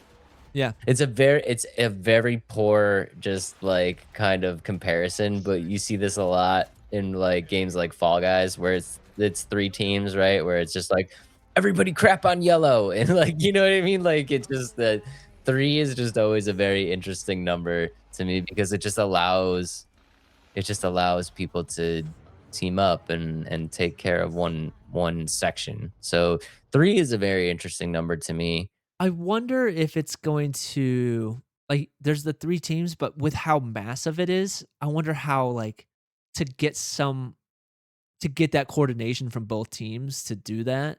I think it's gonna be pretty challenging, especially because like you're all 3 are coming from different directions, right? And I feel like when you're in the heat of the moment and you just see an enemy, you're not gonna be like, "Ooh, that's team A, like, I'm shooting them." Like, you're just gonna see the first enemy, you're just gonna shoot them. So I wonder with how massive that scale is, will you have that much, like, ganging up on different teams? As much as I hate to say it, I feel like if there's a way, the gaming community will figure it out. Yeah, If that's there's true. a way to just crap on yellow team, gaming community is gonna figure out a way to do it, you know? Especially well, there is prox chat, so that could be it, like, "Alright, like, Yeah. my CO, let's go I mean, like, you have your Right? commanding officer on your team, like, Yeah. "Alright, go talk to Team Blue because we're Yeah. gonna tell them we're gonna conspire against them." Yeah. So, I mean, I think that's just gonna be one of those things that you might have some games like that. There's no skill-based matchmaking, so, like, you might be the top dog one game, and then you might be the bottom of the barrel, like, 0-10 kid on the next game, so I think the currency system is very interesting, though. yeah, so I I think yeah, go ahead. correct me if I'm wrong, you start with 10K, right? Yep. Yep. And then what happens is when you load in, you have to buy your loadout, Yep. and you can buy other things. So you can buy, like, Helicopters, helicopters, tanks, tanks, upgraded RPGs. weapons. Yeah, like, you can buy a lot of stuff, right? Mhm. And the idea behind it is once you die, if you don't have enough money to rebuy your loadout, you can't spawn, you can't respawn. I was wondering the same thing. They didn't really I didn't quite understand that part, but I think there's gonna be enough to earn money quick enough than just dying. I think and what I'm gathering is if you do get like 10,000, you get that every time. Like that's the base number and your money carries over. So let's say you have a game where you do extremely well and you earn 20,000 this round, you'll have that 20,000 for next round. Oh, okay. So the money carries over and but going into that kind of the money system, I think it's really neat because it does make you think about, okay, if I buy this RPG and every time I fire the shot, it's essentially I'm losing $3,000 a shot versus if I have an assault rifle, I'm losing $20 a shot. You know what I mean? Yeah. And then so it really makes you think like, okay, I want to shoot down this helicopter that has massive reward of scoring getting me $40,000 if I hit it, but as soon as I miss one shot, there's 3,000 down the drain. Miss a second shot, 6,000. You know what I mean? It's going to compile and I think that's such a cool system, but I also worry that if I just consistently lose money and I'm stuck with the bottom of the barrel weapons, like I might lose my interest in it because man, I suck at this game and I'm never going to get to use this RPG because I keep dying or I keep missing and losing money. Like I could see that kind of being a deterrent for some people. But it's like I said, one game you'll be the top dog and you'll earn 40,000. Next game, yeah, you'll lose 3,000. So Does that also kind of deter you a little bit in the sense of maybe this is a game kind of like a Tarkov or something like that where, like, you need to really be heavily invested in it because there's gonna be players out there that are grinding and just they're gonna end up with hundreds of thousands of dollars and they're gonna load into every match with like a Megazord and a freaking you know what I mean? Like yeah, and it's just Max gonna and be everything. if you're a casual player just loading in with your 10, 20 grand and like you never really get to experience that type of stuff and you just get murder balled every time because there's 20 people in here that all have $1 billion that can buy anything they want. Like, does that deter you a little bit? Like, do you almost feel like you need to get in on the ground floor and grind your face off in order to be able to play this game? There's going to be a way for everybody to earn money. It's just a matter of how fast you're going to do it. Because let's say like you really want to play assault or you want to be able to fly the Apache helicopters and just tear down buildings, but you might have to do the grunt work of healing people or building stuff to earn some money that way. And I just think with that, it's gonna take some time But again, it's going to appeal. Their goal is to get that target audience that is going to want to do this and be okay with starting at that bottom level. But I think for the person that's just trying to jump in every once in a while, yeah, you're going to have that. Ah, man, like I'm never going to get to fly the Apache helicopter because I can only get 2 kills a game. And Right. a lot of people, they want to go in, they want to shoot stuff, and sometimes you're not all that great, and you're going to be forced to do some roles that you don't want to earn that money. And I think it's going to be a thing that the people that want to play this game and are really invested, they're going to be okay with that.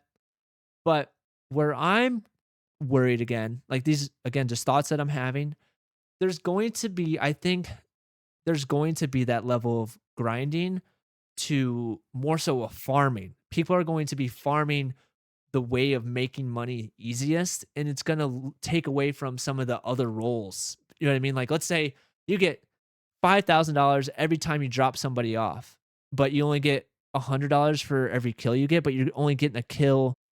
Well, I'm guessing there's gonna be a lot of like fast-paced kills, but just the level of money that you're gonna earn doing one thing versus something else. Like, I hope that's balanced because I think what you'll see is players are going to gravitate this, oh, quick money fast so I can get everything I want really quick. And rather than playing the roles they want because they're trying to earn as much money as fast as possible. Yeah, I mean, it's just the nature of the beast with the model, right? If you're setting up a model where players earn in-game cash that they use to unlock items and stuff like that, there's going to be a farming method, and gamers are smart. They will figure it out. Like within days, they will figure out the best way to farm money. And they'll be it'll be posted on YouTube. This is the best way to earn money fast in War Dogs. Top 10 tips on how to earn money fast in War Dogs. And to be honest, I'm gonna watch them. If I'm playing this game, I'm gonna watch it. And that's just something I think they're going to have to figure out. And this game is releasing in early access. So it's gonna be a learning, or like they're gonna learn together with the player base. And it's they said they're gonna be in the early access once it is released in early access. They're gonna be in it for probably 12 months, maybe even 2 years until they really get it under what they want it to be. And I think there's gonna be some learning curves with it and big changes as they do it. I think one of the best things that they're doing with this is you can't buy your money with real money.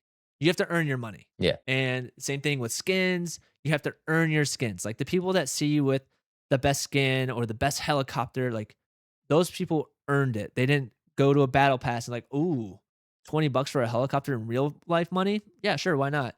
So that's really cool that they're doing that. They just seem like they have a lot of passion in it, and they're spending the money and the time to really get it right.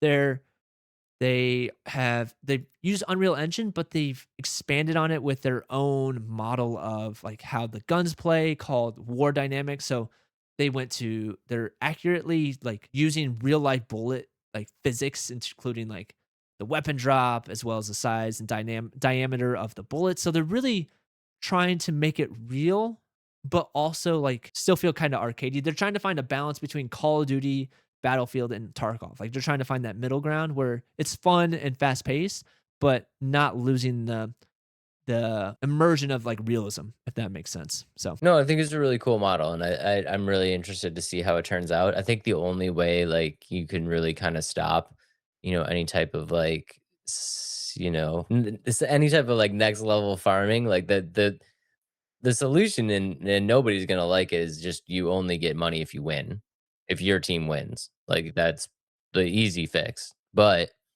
it does take away aspects of the game. So I wonder if you do win, if there's a bonus. I think there would have to be, yeah. And you earn more money in the hot zone. So there's the main zone, and then there's a constantly moving like mini zone that like you can go in there and earn more money for, or double money when you're in it. And so there's just different ways to earn more, but again, it's just matter of how quick are you gonna be able to earn money. And yeah. And I think it's really cool. Their future plans with the money system as well is they're trying to figure out a way where you can earn money even when you're not playing. Like they're gonna have like an offline. It almost sounds like a stock market. Like you're gonna earn money as you're offline, kind of like what's the where you like mobile game where you get to tap to like gain your money. You know what I'm talking about? Like all those farming games. Your comeback reward. Yeah, Like, yeah, you exactly. open the app. Here's your, Yeah, your make thing. sure to hit all the little towers that you put down to earn like, grab your money. I used to play those all the time, Oh, but Clash of Clans. yeah, that's a big one. Yeah, that That's a was a big big one. one. So, doing stuff like that, like, it's cool. If they can, like, nail that correctly, just having that, because that will make it easier for casual players to come and play. Because if the only way, like, you can earn big money is like, obviously, like, big money is being in the game, but if you have, like, an offline stock market type of thing where, yeah, like, these people are buying this gun, and so you're getting a little bit of money for it, or the way you play is earning you money offline. I think that's a kind of a cool, like, that's way down the line, I think, for them, but as of right now, like, your grind, like, your what do they call it? Your persistence to bring you back is the cash. I think it's a really interesting idea. I'm excited to see where it goes. Again, it's another one of these games. I have no idea how this is gonna go, but the ride's gonna be interesting either way. And there's tons of hype for this game, and, like, you see it in their trailer, like, the view counts and the Steam wish list. Hundreds of thousands of people are watching these videos, and I think that's just a testament to their level of dedication and, like, effort that they're putting in. It's not just some, um, AAA slop. Like, you know what I mean? They really care about this game, and they were really excited. Like, this is their I think, second, like, game that people are excited about. Battalion Legacy is another game that they made. It did really well for a while, I think. There's a lot of hype behind, like, some streamers that were really having fun with it. It's dead now, but I think that's because they twisted their focus to something on a much grander scale. And I one last thing I have to say about it is, just like Arma and some of those other, like, tactical shooters, this opens up for some really cool RP servers, because and I know people, like, there's a huge dedicated base for Arma, and there's other games that it's like the RP is really like, high, and I think that could open something like that for this more modern take on, like, an RP server for military sim. I mean, it looks really, really cool. I mean, the idea behind it is amazing. So we say it all the time. Like we get excited when developers take chances and try something new and don't put out the same cookie cutter stuff. This is definitely something new. It's a new idea, and I'm excited. I'm glad that they're giving it a shot. They're seeing how it's going to go. I'm glad players are excited to check it out, and I think it should be very, very interesting to see how this all plays out. And sorry, I'm going back one more step here, or a couple steps back. The way they're doing their progression of the roles, it's not so much like set in stone on how you play the game. It's just like how you do things within a match will progress the specific tracks. Like, there's the assault track. So I'm guessing if you kill a bunch of people with an assault rifle, that's gonna increase that track, which will unlock stuff or give you the ability to purchase things in that track. Or like you do that for a little bit in a match, and then you start healing people. So then that's gonna help your medic side. So I think that's a cool way of doing it and not locking somebody into only playing a certain way. Yeah, it gives a lot of variety, and I'm all about that. There's no release date. They do have player access sign up, or close sign up. I did sign up. Haven't heard back yet. I want to play it. It looks fun. Um, I think Give like the man how a code, people. yeah, Give I the really man a want to play. code. I'm just all about the games. Give me more. But Give the man a code. I I really think this is going to do well for a while, or a long time actually. I like they said they want that player base, and I think they're going to get it. They do have console ports planned for the future, but much further down the line. Um and they just and it's cool to watch their videos. They're very committed to transparency, and I think you're going to see that a lot with how they talk about the game, and they just want to keep the game looking fresh, content fresh. And they straight up said from the beginning, like, performance is going to be kind of hard because it is 100 players in one little zone. But they're trying to maximize the optimize it for basically whatever thing you play on, like whatever system or level of system you play on. And so I think that's cool. And yeah, that's all I got. Should be very, very cool. I'm excited to see how it plays out. Give the man a code. Give the man a code. He wants to do a review. Come on, bulkhead. I would love it. War dogs. Ward dog house. Dog chain. Chain Chain link. mail. That Word chain. word chain. Let's go. Let's go. And we actually did it right this time. We actually have our words and ready to go. We have our words ready to go, ladies and gentlemen. We are going to play word chain. Word chain. Word chain. Word chain. Word chain. Do you want to go first? Yeah, I'll go first. Okay. Okay. So we have sunfire. No, you get an L. Dang it. Life. Got it. Time. Yeah, you got it. All right. Time transport. No, you get an A. Sunflower. Sunflower. Flower pot. Flower pot. Pothead. No, not pothead. You get an O. Time. How do I still not have this? TT. There can't be that many phrases. Am I gonna, when I get this, am I gonna be like, oh my God? Like, it's that? No, maybe. Yeah, a little bit. Time taken? Nope. You get that's an A. You get a B. Oh, you silly dick. Pot holder. No, you get an L. What?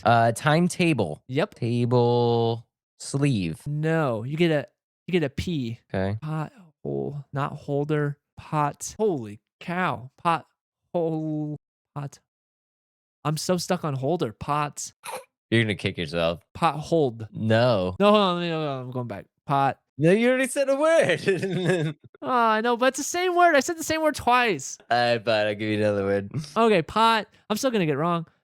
Pot. I don't know. Pot. Holler. Pot holler. Oh wait, no. I was thinking pot. Pop the collar. You literally said the word like a billion times. You get an E. Oh. Oh my gosh. Table SP? Mm-hmm. Table sports. Nope. You get an O. Pothole. Pothole. Hole punch. Hole punch. Punch back. No, you get an O. Oh, okay. What is this word? You're gonna kick yourself. Table spot. Nope. You get an O. Dang it. Punch. Book. No, you get a W. Spoonful. Oh, spoon. You got spoon. Oh yeah, spoon. Sorry, tablespoon. Yep. Spoonful. Nope. You get an E. Dang it. Punch bow. Punch bow. Spoused. Bound. Bower. Punch. Punch. Punch. You seem so confident there. Like that, I felt like it was coming out on that one. Where you're like, ah. I got it. Punch. Punch below. No, you get an L. Oh wait. That was. It's all right. You're gonna clear. I have no idea what this is. Spoon. Did you make up a word? No. This is a real word? Yeah. Spoon. Fur. Spoon fur. What the hell is this? You got it. Bell. Nope. You get an E. What is this word? You got it. You got it. Next one. Punch bowl. Punch bowl. Bowl. I want to say cereal, but I don't think that's right. I'm saying bowl cereal. No, you get a U. Oh, spoon feed. Yeah. Feed bunnies. No. You get an A. What Oh, I the got hell? it. Bowl cuts. Bowl cut. Bowl cut. You got it. Cut back. Oh my God, he got it. Let's go. I finally maybe won one unless you clear here. I got one more chance, right? Yep. Feedback. Yep. Back door? Nope. You get an R. No. Backdraft? You get an O. Backdrop. Backdrop. Drop kick. Yep. There you go. Dang it. Adam wins. I won one finally. Let's go. It took me like 10 tries, Let's but I'm finally go. there. You're Let's coming go. back. You're coming Let's back. go. I like this. Whew. Well, let us know below if you got those word chains Let us know if that was brutal, because I feel like that was brutal. to watch and to do. Yeah. Maybe we should change it up. Maybe we shouldn't do these anymore. We kind of suck at them. The word chains? Yeah. I think people like that we suck. Okay, that's fair. That's Yeah. I think it's funny that we're not good. fair. Okay, Dave. I'm so excited for this. Last episode we did the muted family feud, and Dave was jealous. So we're gonna do the same thing tonight. Yeah. So muted family feud. Let us know below if you liked it last time because we're doing it again. Let us know in the comments below. I'm gonna look real funny because I'm gonna be like hunched over trying to read Adam's lips. Yeah. See, that's how I felt last week. Okay. Okay. I'm trying to like be able to see you too at the same time. All right. Let me know when you're muted. All right. I'm going silent in 3, 2, 1. Dave smells like chicken. Just kidding. Oh, that's not the Wait. question. Was that the question? No. You looked away. I know I did. I'm trying to. There we go. Now I can see you and the question. Okay. Okay, question number one. Okay, question number one. Hold on. Hold on. Oh, you already said the question? No. No, Okay. no, okay. Name a reason a person might wake up at 2 a.m. That is such a long, dude, that is such a long question. All right, I'll One say more time. faster. Name a reason why a person might wake up at 2 a.m. What, name a reason why someone would go to the restaurant. So that they're hungry. Okay. They want Okay. pie. Okay, that's good. Okay. Is that good? Okay. Yeah. Okay. Number 2. Second. Okay. Second question. Another long one. This is so. I can't hear you. I can't hear anything. Name something people do when they realize they're on a stadium kiss cam. Name something people do when they realize they're being recorded. Hide their face. Okay. Yeah. Okay. Yeah. Name something you keep in your car just in case. Name something you do before you pass gas. What? That doesn't even make sense. Oh, leave the room. Yeah, okay. This is so hard, dude. I feel like I'm not getting anything. Number 4. Okay, question number 4. Name something a dog does that a person might also do. Name something a dog would say if he could talk to you. Give me food. I'm hungry. I'm hungry. Okay. Okay. Oh, shoot. Number 5. Okay, question number 5. Okay.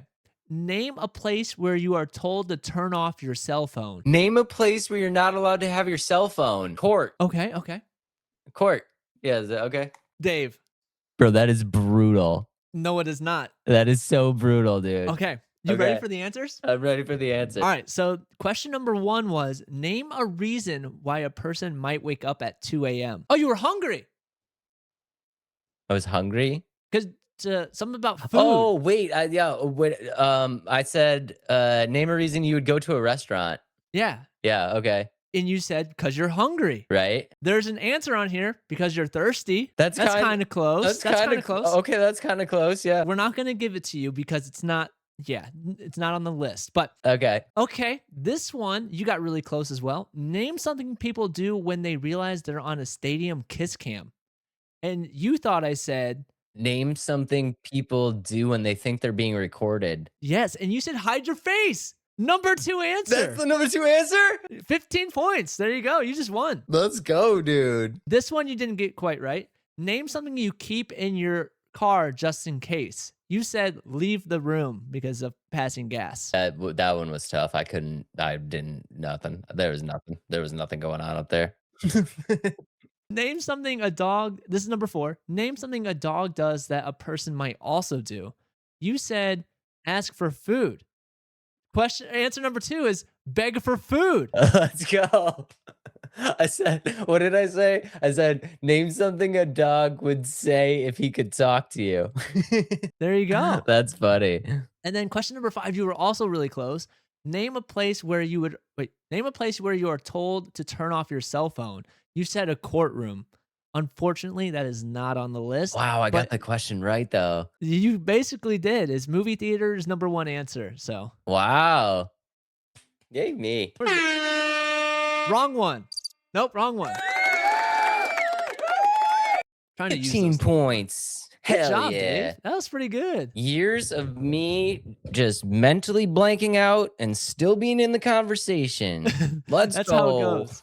That's how it goes. But let us know in the comments if you really do enjoy that segment. We'll keep doing it because it is funny. It is fun. Is your screen a little bit bigger than mine? I have a big screen. Yeah, mine is like literally like that's my screen. I think it's that a I'm looking 30. It's either a 28. I think it might be a 20 or it's 27 monitor. I'm impressed, man. Do I do a good job of mouthing words? That's just really hard. Like, I'll be honest with you, like it is really hard. I had an idea of like some of the words that you said, but really my brain just had to kind of like piece it together of what I thought the few words that I recognized was. I don't know if you did the same thing. No, I couldn't see anything. I literally was guessing. You're just going blind. Yeah. Yeah. It was fun. Definitely fun. I like that one. Great episode. Great episode, man. Thank you guys very, very much for everything. We really do appreciate you guys. Thanks for all the likes and all this, just everything, all the support. Please, please, please go check out the reviews. We have a billion reviews live right now. Bunch of shorts, bunch of long form content. Follow like all the stuff, do all the things, hit all the buttons down below. We really, really do appreciate it. Adam, what you got for him? If you're not following us on all social media, please make sure to do so. Let's Talk Nerdy Podcast. And like Dave said, check out those reviews, and there are more to come. And just, just keep giving us ideas on things that you guys want to see, and go from there. Yeah, love you guys very, very much. Thank you so much for everything, and we will see y'all on the next one. Peace out, nerds.